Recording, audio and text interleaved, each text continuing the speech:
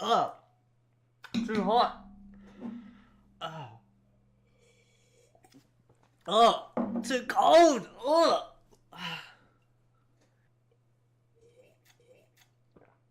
Ugh, that's weird. It's gross. This one's definitely poison. Well, it seems I only have 30 minutes to live. Excellent. Uh, to your health then. Ah.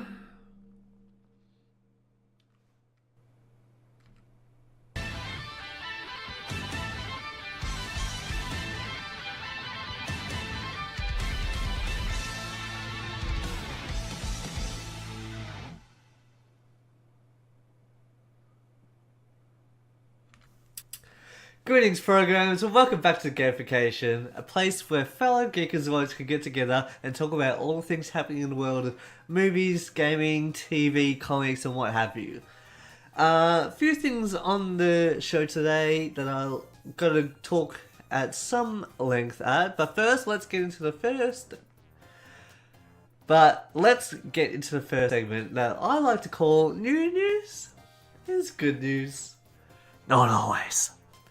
There are 1, 2, 3, 4 items on the news that I picked up this week.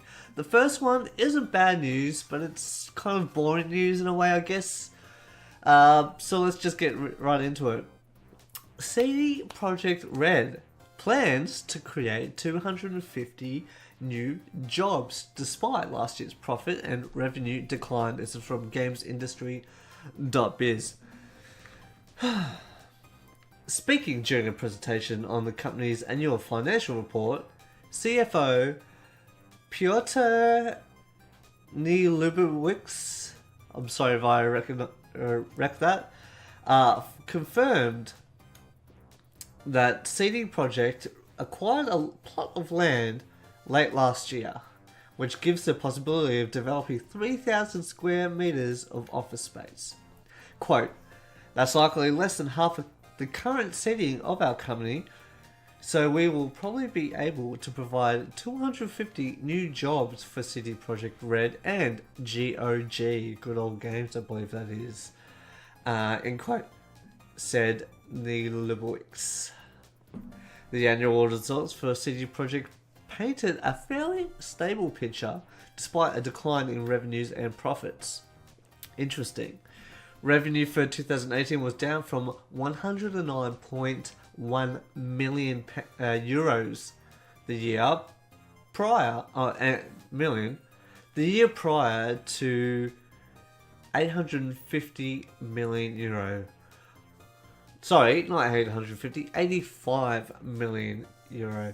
I'm like, that's a huge jump. Well, profit fell from 47.1 million euro to 25.6 million euro. That's almost half. That's a pretty big drop in profit. But okay, so 109 to 85. So that's not a big, like 20 about 20 million euro in revenue, but almost like 24 million. It's about give or take around the same, but profit's not doing that great. Spending on research and development projects for 2018 totaled over 56.4 million euro, with President Adam Kaczynski, I'm sorry if I stuffed that up, saying last year represented the most intensive period in the group's history regarding its focus on creative capabilities. Quote, over the past year, we greatly expanded our creative potential, both in Warsaw and at the Krakow studio, he said. We are also joined by a highly talented team from Roclaw, as well as by developers from Spocko, a newly established company currently working on a yet unannounced project targeting mobile devices. Interesting, end quote. The only thing I wanted to say about that specifically was...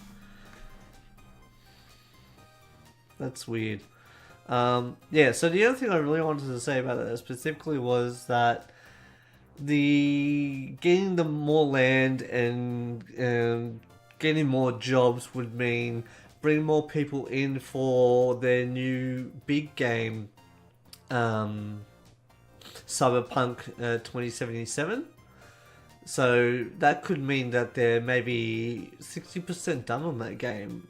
I'm just throwing a ballpark number out there. This could be totally, utterly false.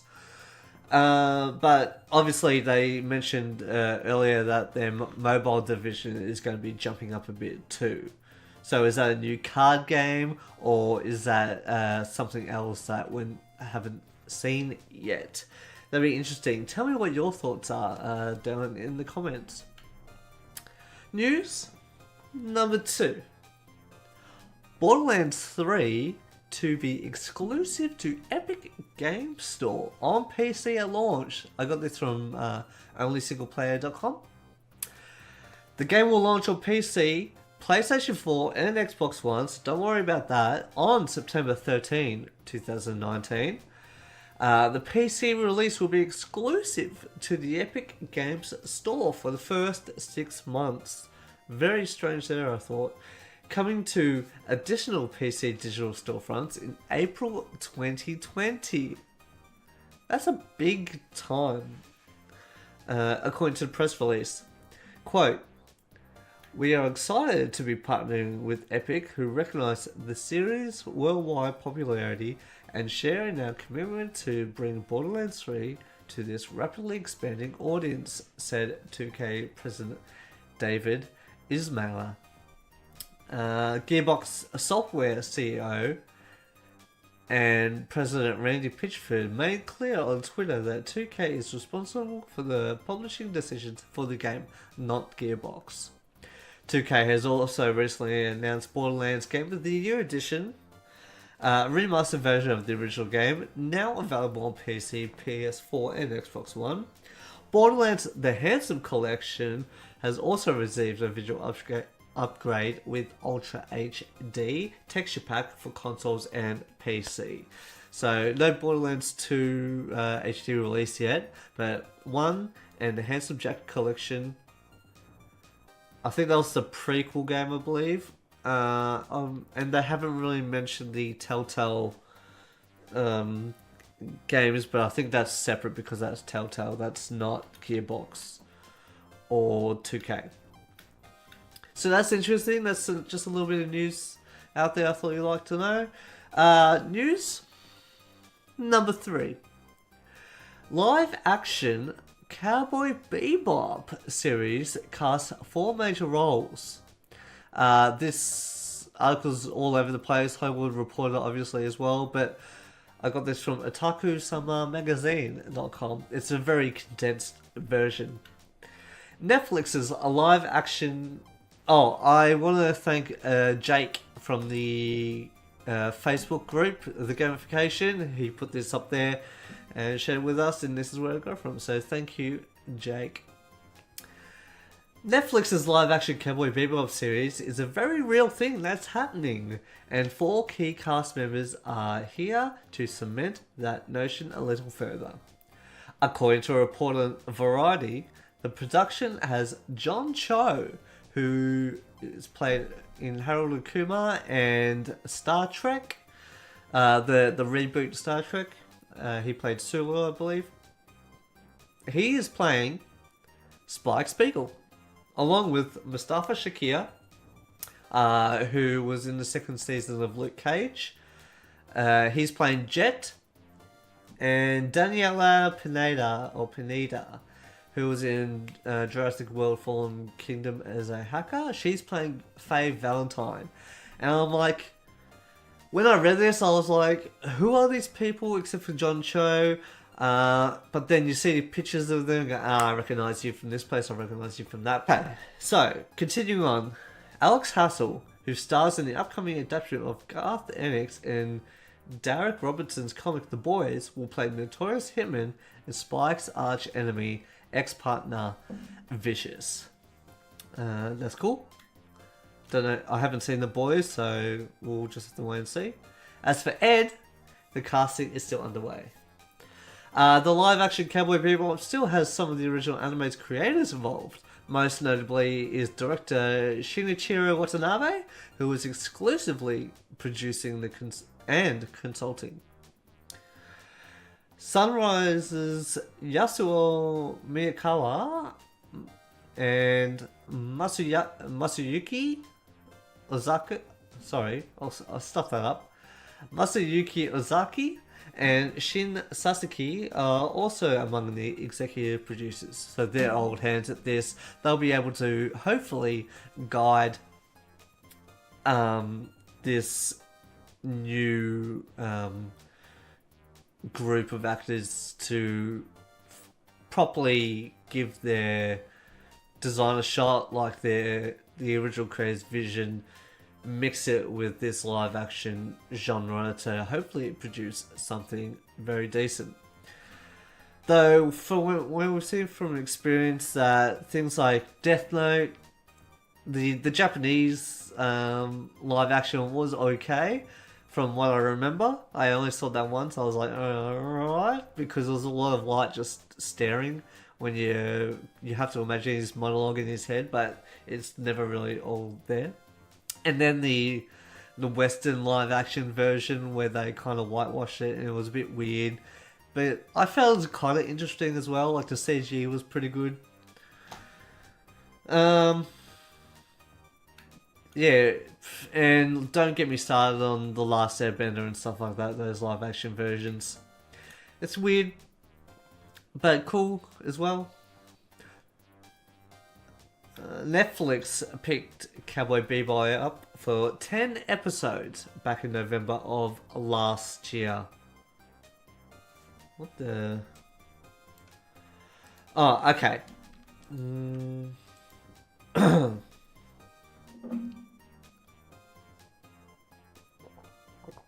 Gotta wash some of that poison down. Okay, news number 4. Okay, so recently, this whole week, there's been a lot of talk about Bioware and its problems that it had with Anthem, and obviously, like, along with that comes more discussion with Mass Effect Andromeda, and even some stuff with Dragon Age Inquisition. But Jason Schreier at Kotaku wrote this huge article, and he's gotten sources from like 19 different developers and ex-developers from Bioware who worked on Anthem, and they were it was just talking about how did development go, what happened to this game that was going to be huge, and it just kind of fell apart right at the end. But apparently it wasn't the end. There was a whole lot of miscommunication and no real leadership, and there was no real production until possibly 9 to 12 months before the game launched. I mean, it's almost sad where they expected, like the higher ups at Bioware are like, yeah, don't worry, it'll all come together at the end, and it never really did, and everyone was panicking and getting the secondary studios and stuff to come in to really help with the infrastructure of the game, because there was no real proper decision making until like the last 9 months. So this big article comes out with these 19 sources. Jason Schreier does it again, kind of thing. Real journalism in the gaming industry. But then Bioware puts out this quick statement without even reading the article, going, "Oh, we didn't want to respond to this article. We didn't want to make a comment because we didn't want to focus on the people getting the backlash, like the leadership and the developers and whatnot." Which was just kind of like a throwaway response, honestly. But then they read it, and then one of the general managers that they had to bring back because things were getting so bad, finally responded, and on GamesIndustry.biz, Brendan Sinclair reports, BioWare admits workplace and production issues. It goes into a lot of it. I will just read a little bit of it. As I mentioned, Bioware declined to comment on the report for Kotaku instead of releasing a blog post. I believe Solos are fairly singling out certain team members. Oh yeah, so this is the blog post part that they mentioned. Like the throwaway article. People in this industry put so much passion and energy into making something fun, the blog post said. We don't see the value in tearing down one another or one another's work. We don't believe in articles that do that are making our industry and craft better. That was a weird one because it was kind of like, hey, don't talk about us. We don't want bad press to get out. But any press is good press, you know? Which is weird. Like, how would you not want people to know what's going on? That's not going to change anything, you know? That's not putting a spotlight on the problem and going, hey, this is wrong, this is wrong, this is wrong. You're working your employees too hard, and they're just... In the Kotaku article, they were mentioning that people were just falling apart, taking stress leave that they haven't had to do before because the crunch was too bad. Like, they're pushing themselves to work too hard, working through weekends and still not getting a clear objective of what they were making. And they were just having mental breakdowns. There was plenty of people that just left as well. So to say, oh, we don't believe in that because that do that are making our industry and craft better, that's almost, for me, and I've never worked in the industry properly, so this is about as much as it gets. It's almost dismissive to the employees as well, because from my view anyway, because it's saying we don't want to acknowledge the bad, so let's just keep doing what we're doing no matter the cost.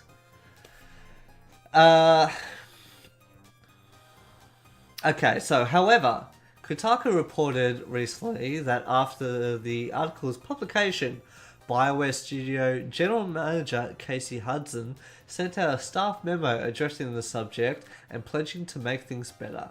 Quote, "The article mentions many of the problems in the development of Anthem and some of our previous projects," Hudson said, "and it draws a link between those issues and the quality of our workplace and the well-being of our staff. These problems are real and it's our top priority to continue working to solve them.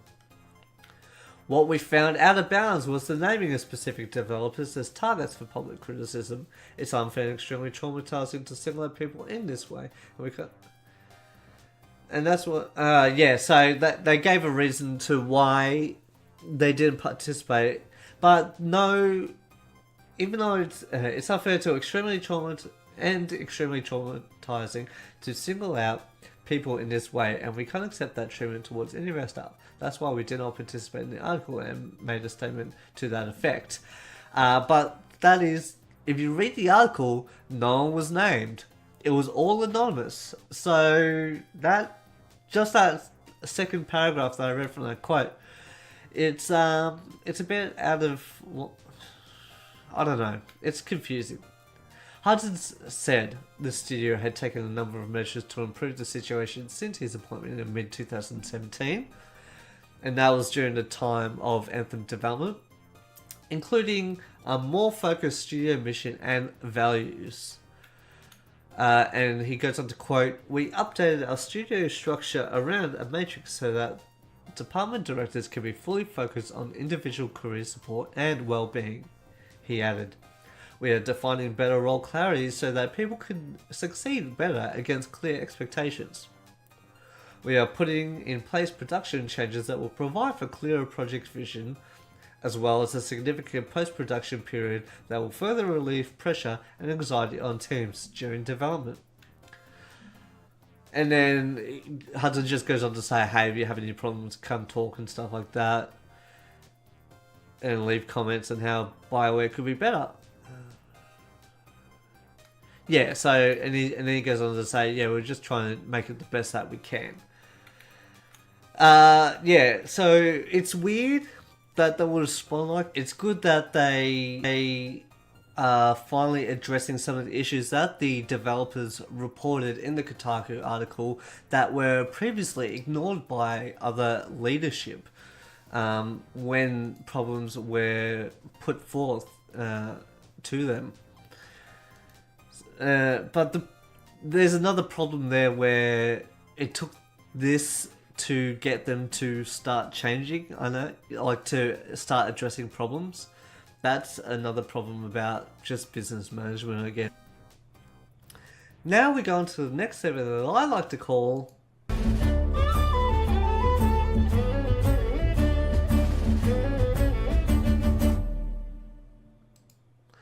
That's right, on the nose for just little other pieces of information that didn't really hit the big news, but I still thought you might like to check out. First off, check this out. This is the Joaquin Phoenix Joker movie. This is the poster that came out, and then the trailer came out the next day. It looks weird. There's blood on his face. He's got his makeup on, like he's kind of like going a great showman kind of piece. He's like, hey, look at me. Yeah, but that was a weird kind of creepy one. Check out the trailer. I want to hear your impressions. I want to know what you think about it, because to me, it was a bit weird. It was a bit chilling. Like, there was always a point where you don't know if he was being serious, or he was about to snap and murder you, or he was just gonna break out into a smile or something and laugh. I'll leave a link in the description below so you can go see the Joker trailer.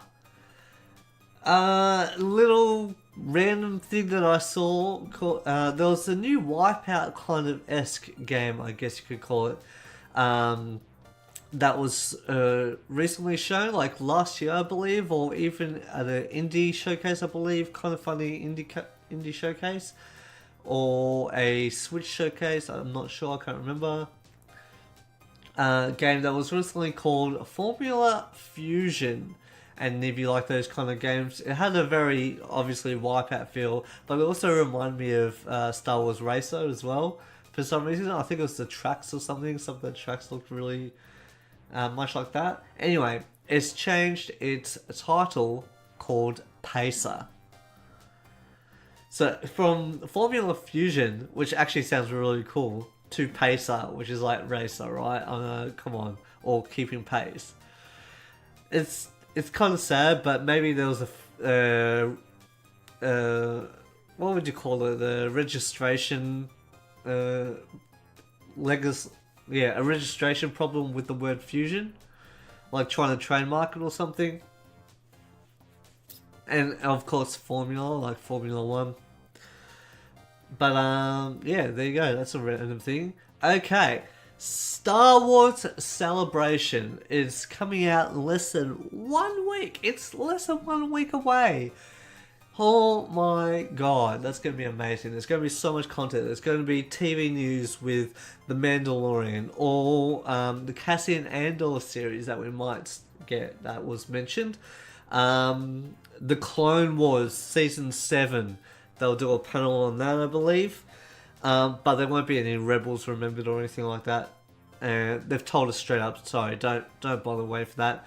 New comics, new novels. There's if you've not been keeping up, this new cover, specifically for Star Wars Celebration, of Master and Apprentice, that goes into like Qui-Gon's backstory a bit more with his apprenticeship with Dooku, Qui-Gon and Obi-Wan's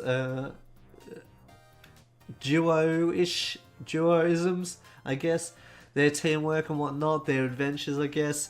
If you wanted more Obi-Wan and Qui-Gon adventures, check out Jedi Apprentice. It was a kids reading series, like a scholastic series by Jude Watson. I can't recommend that enough. You can read those books in like 1 or 2 hours, but they were really cool, I reckon. Okay, more news. I'm going to be doing Star Wars Celebration recaps. So each day after it's all done, I'll be doing what happened and who we saw and what some people talked about, what kind of merch there was there. I'm not actually going, but I'm just going to basing this off the live stream stuff that the Star Wars show and other people will be doing, hopefully. So check out for that.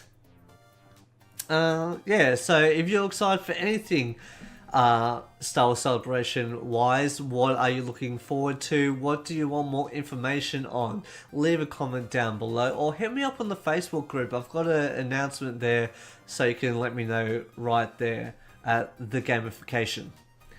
Okay, required reading. This baby, I just started reading it again. It is magnificent. Star Wars Knights of the Old Republic, the comic run.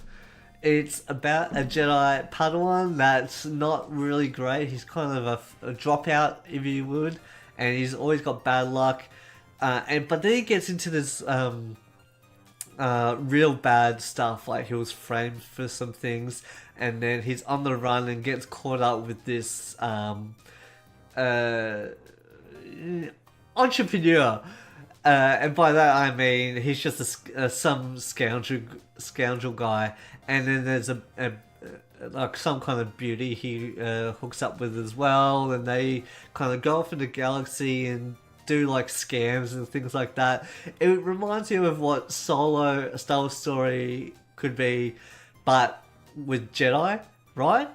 Where it's like he's down, he's like everything's falling apart kind of thing. He's on the run, and then he just falls into this kind of camp with a mentor, I guess you could say, and they start pulling scams and pulling heists and stuff like that.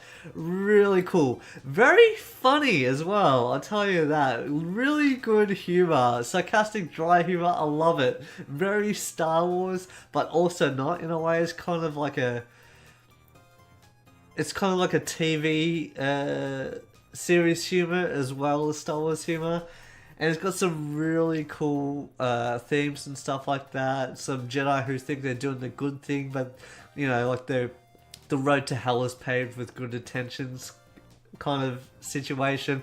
Really interesting stuff. Really good artwork as well, I'd say. This is from, I should mention, this is Legends. This is not canon. But if you liked Knights of the Old Republic games, this ties into it with Revan and Malik and all that. There's a little bit of an origin there. The Mandalorian Wars, if you want more of that stuff. If you've had some hints from Rebels from that. Or Clone Wars. So go check that out. Other recommended reading.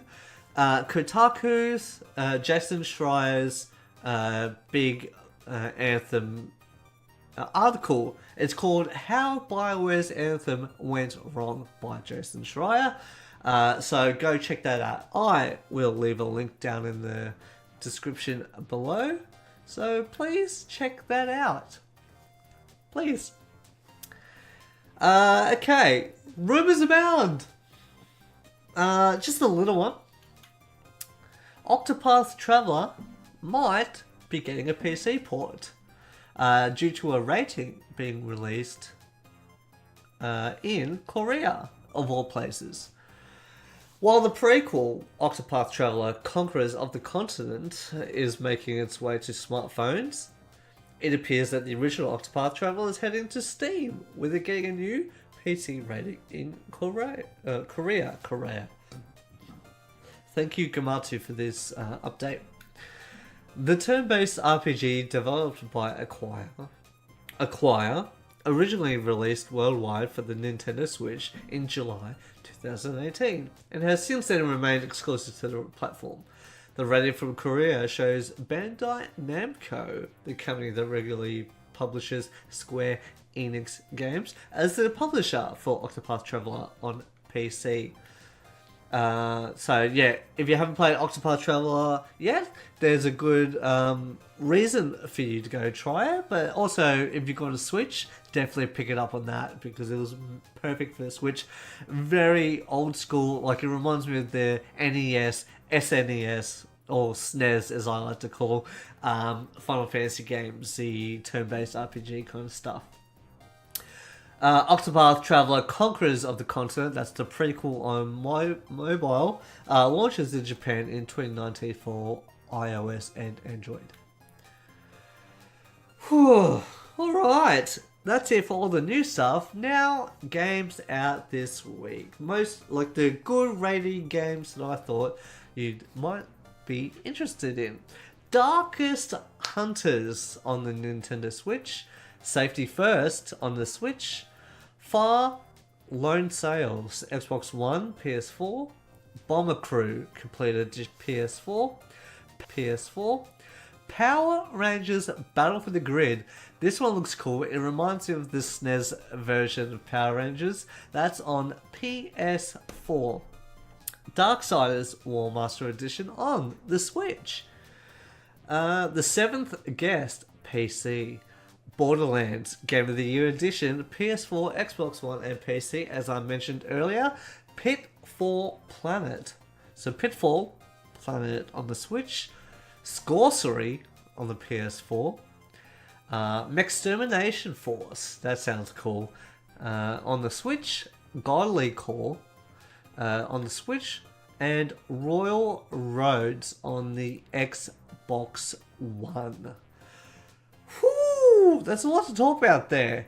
So, anything that you had interest in this news segment, let me down in the comments. Hit me up on this platforms, I guess you could call them. Yeah, so Twitch, Facebook, I guess, YouTube, definitely, please. Also, I have started streaming on Twitch, finally. Wait, Twitter I meant earlier. Twitter, Facebook, YouTube, yeah. Now, Twitch, I finally started streaming. Check me out. I'm playing Final Fantasy 15 recently, last 2 weeks, on Thursdays, Australian time, 7 p.m. Australian Eastern Standard Time. So check me out there. Join in. I like to talk to you people. It's really fun, actually. I'm having a good time. So please check me out on the gamification on Twitch. Next week, also on Tuesdays, or Mondays for anyone overseas, I guess, I will be playing a Star Wars game. I think Dark Forces I'm going to start playing in celebration of Star Wars Celebration. So,